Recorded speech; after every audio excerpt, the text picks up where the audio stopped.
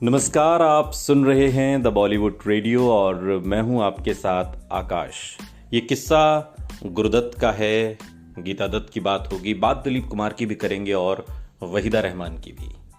साल 1951 में बाजी फिल्म रिलीज हुई और इसके ठीक 2 साल के बाद गुरुदत्त ने सिंगर गीता से शादी कर ली, गीता रॉय। प्यासा के सभी गाने गीता दत्त ने ही गाए थे और इसी फिल्म के चलते दोनों के बीच दूरियां भी बढ़ी।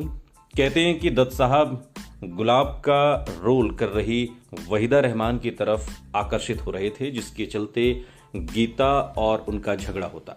धीरे धीरे उनके रिश्ते में प्यार की जगह शक आ गया और सत्या शरण लेखक हैं, वो अपनी किताब 10 Years विद गुरुदत्त में लिखती हैं, दत्त और वहीदा के रिश्ते के पनपने का सबसे बड़ा कारण गीता थी।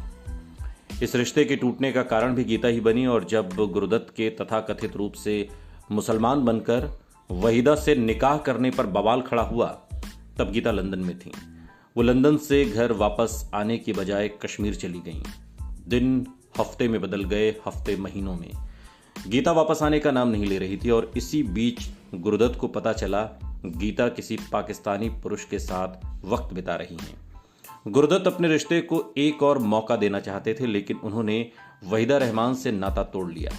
इसीलिए उन्होंने वहीदा से नाता तोड़ा और ये सब उन्होंने इसलिए किया ताकि गीता उस पाकिस्तानी शख्स को छोड़कर वापस उनके पास चली आए। गुरुदत्त ने गीता के साथ अपना जीवन नए सिरे से शुरू किया, पर दोनों फिर अलग हो गए। हालांकि कुछ समय के बाद गुरुदत्त की मृत्यु हो गई, हालांकि इसे खुदकुशी भी कहा गया। इसके बाद गीता दत्त खूब शराब पीने लगी और फिर इसी शराब ने उनकी भी जान ले ली। गीता दत्त प्यासा में कई तरह के बदलाव चाहती थी, पर आखिरी वक्त तक गुरुदत्त ने फिल्म में किसी तरह के बदलाव के लिए हामी नहीं भरी और प्यासा वैसी ही बनी जैसी गुरुदत्त चाहते थे। लेकिन उन्होंने फिल्म में अभिनय के चयन पर गीता की बात जरूर मानी। वो चाहती थी कि फिल्म में लीड रोल गुरुदत्त करें, पर इसके पीछे भी एक किस्सा है।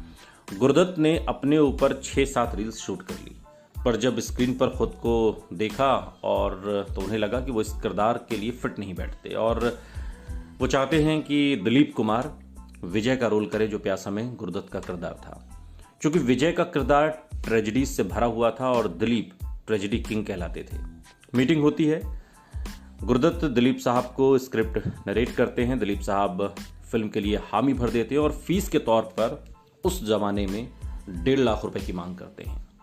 अब बारी गुरुदत्त की थी। गुरुदत्त हिचक जाते हैं। इतनी बड़ी रकम चुका पाना उनके लिए बड़ी मुश्किल बात थी। दिलीप साहब कहते हैं कि तुम पैसों की चिंता नहीं करो, फिल्म बनाओ, बाकी तो सब मेरे डिस्ट्रीब्यूटर्स वगैरह संभाल लेंगे, परेशान मत हो। लेकिन साहब गुरुदत्त नहीं माने। उन्होंने दिलीप साहब को साफ कर दिया कि वो सिर्फ एक्टर के तौर पर उन्हें फिल्म में लेना चाहते हैं, बाकी का सारा काम वो खुद देखेंगे।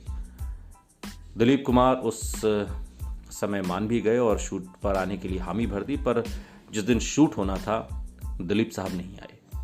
गुरुदत्त को पता चला कि वो शूटिंग लोकेशन से थोड़ी दूर B.R. चोपड़ा के ऑफिस में बैठे हुए हैं।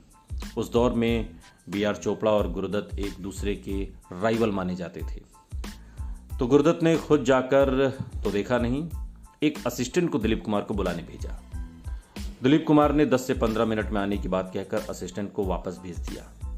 1 घंटा, 2 घंटा, 3 घंटा हो गया, लेकिन दिलीप साहब नहीं आए। और तब गुरुदत्त ने टीम को बुलाया और कहा, अब दिलीप साहब तो आने से रहे, मैं ही विजय का रोल करूंगा।